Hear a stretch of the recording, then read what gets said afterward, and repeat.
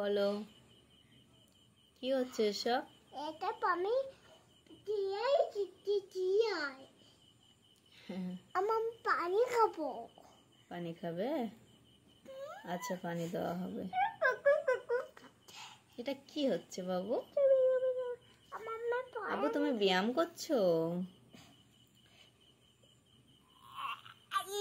বাবু আজকে তুমি কি খেলে?